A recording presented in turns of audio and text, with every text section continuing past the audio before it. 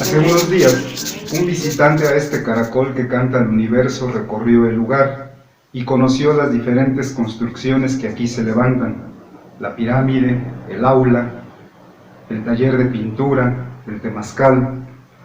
Dijo que mucho le llamó la atención esta pentagonal habitación con su techo de tabique en forma de flor boca abajo. Muy interesado, preguntó que cuál es la función de esta construcción. Para responderle a él, a otros visitantes y a ustedes, público de Macehualquintos, hoy les queremos platicar sobre lo que se hace, sobre lo que se hizo aquí en el SEGA, que es como se llama esta habitación, Z-E-G-A, y que quiere decir Centro, escrito con Z, de Estudios Guadalupanos Amoxcali. Amoxcali es una palabra náhuatl que significa la habitación de los códices, la casa de los libros. Y lo que hemos hecho aquí, nada más, pero ni nada menos, es una exégesis guadalupana no cristiana.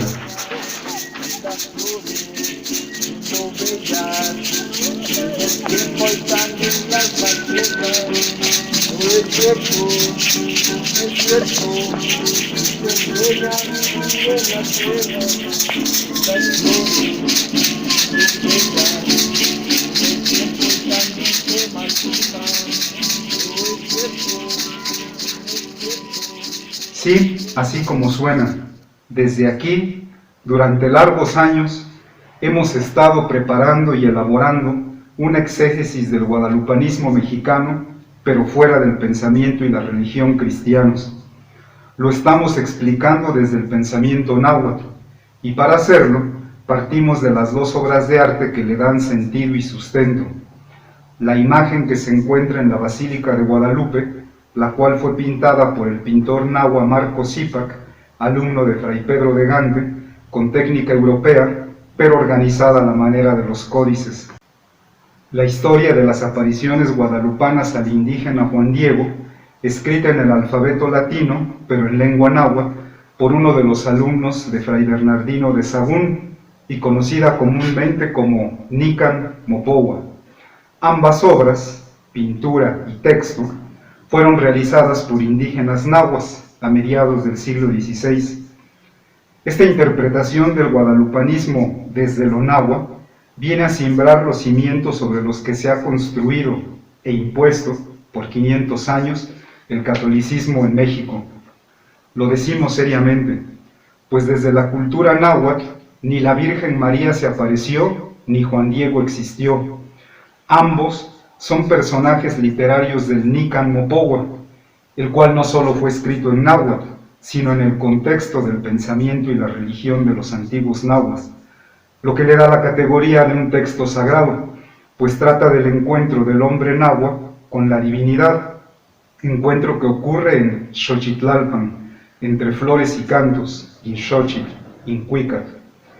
En el Nican Mopohua, Juan Diego es un macehual, un merecido, quien escucha el canto de pájaros preciosos a los que el cerro parece responder, dialoga con la divinidad, quien resulta ser el aspecto femenino de la sagrada dualidad de Umeteo, pues ella misma se presenta a Juan Diego como la madre de Ipalnemohuani, de Tloquenahuaque, de Teyocoyani, de Ihuicahua, de Tlalticpaque. Ella le muestra las flores preciosas y él las recoge, las coloca en su regazo, llena el hueco de su tilma y se las lleva.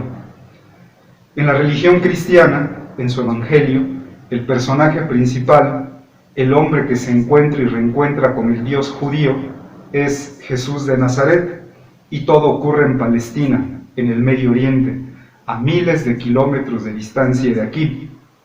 En el Nican Mopohua, el protagonista es Juan Diego, figura simbólica del pueblo nahua. Su encuentro con lo sagrado ocurre en la cima del cerro del Tepeyac, antiguo lugar de culto consagrado a Tonantzin, nuestra venerada madre, y que se transforma en el Xochitlalpan. Así que aquí no estamos interpretando el Nican Mopogua desde el catolicismo ni desde la Biblia. Lo estamos haciendo desde la antigua religión náhuatl, la que estaba aquí desde siglos, milenios, antes de la conquista española. Para confirmarlo, recurrimos a un texto sagrado, auténtico, original, de la antigua religión náhuatl.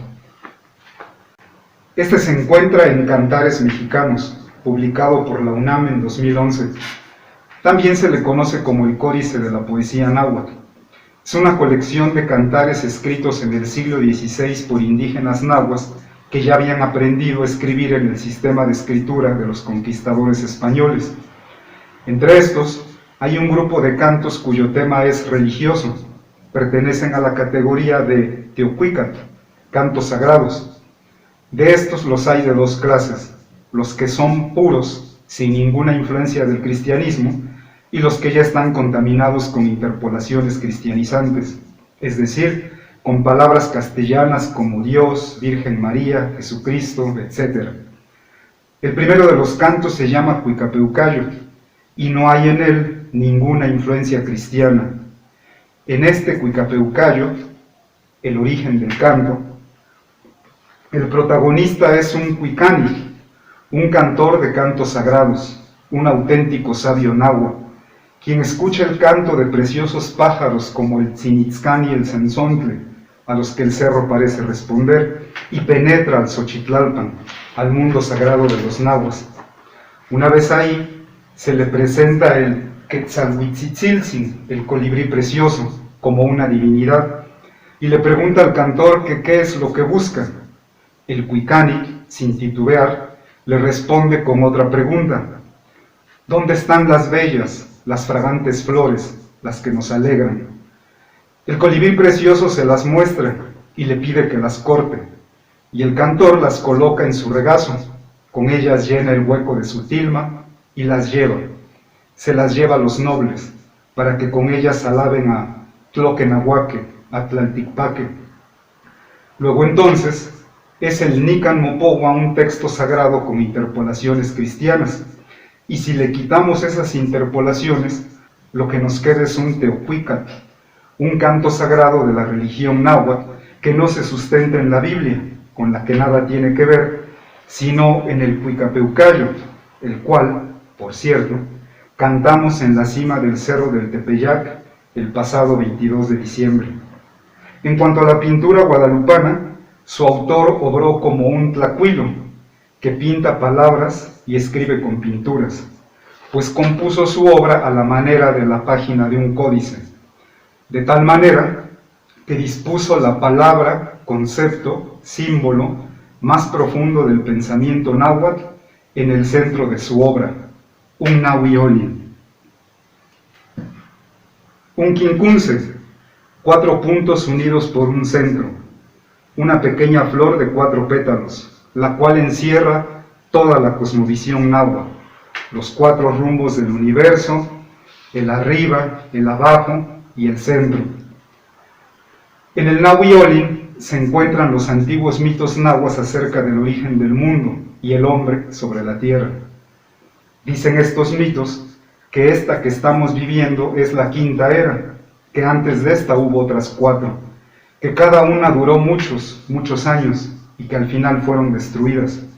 Así nació la quinta, la del presente. Su nombre es Nahuiolin y es la nuestra, la de los macehuales, la de los hijos de esta tierra. Nahuiolin, 4 movimiento, es el nombre del día en que esta quinta era nació. Las 4 eras anteriores nacieron respectivamente en los días Nahuiocelotl, Nahuiehecatl, Nahuiquiahuitl y Nahuiatl.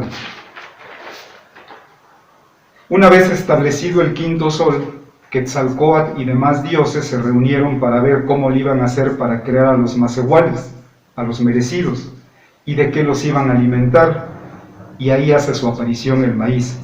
Entonces, hablar del Nahuiolin nos lleva a la manera de contar el tiempo de los nahuas, a sus calendarios, matemáticas y astronomía. En el pensamiento náhuatl, la unidad fundamental de tiempo es un conjunto de 20 días. Estos 20 días, multiplicados por el número 13, nos da el Tonalpohualli, la cuenta de los 260 días y destinos.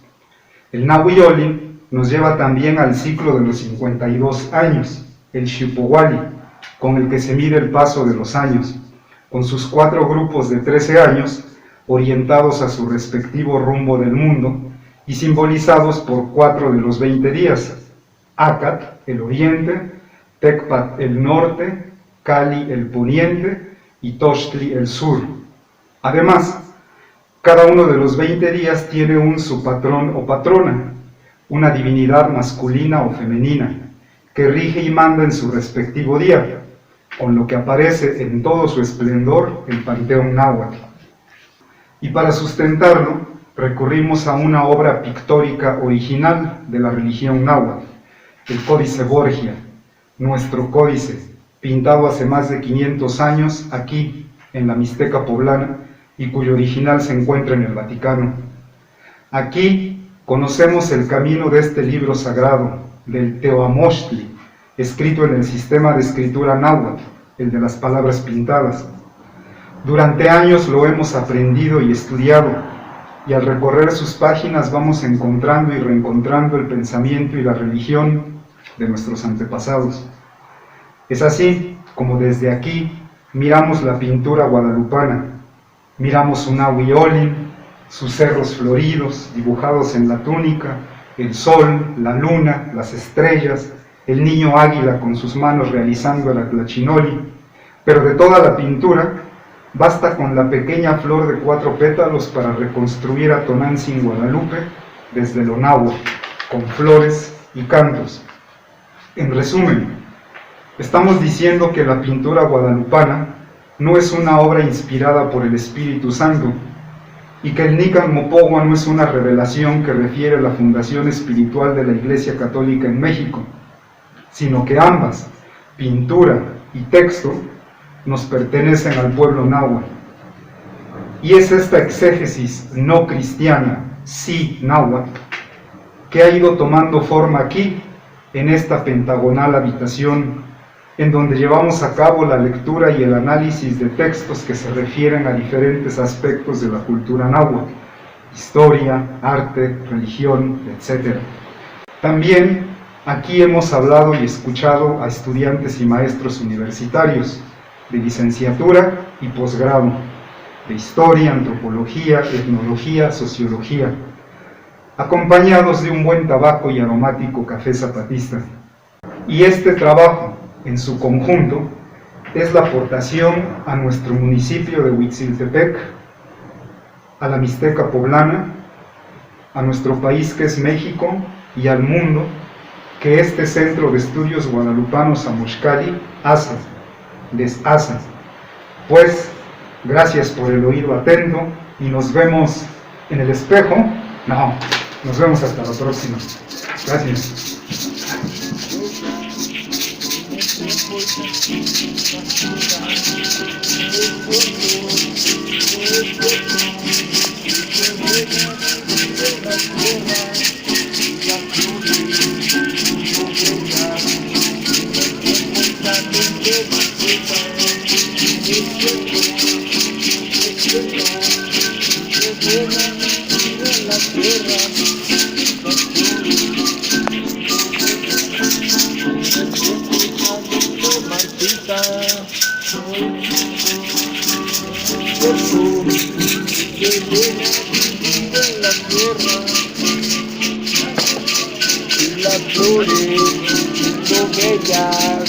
En el tiempo y también se marchita.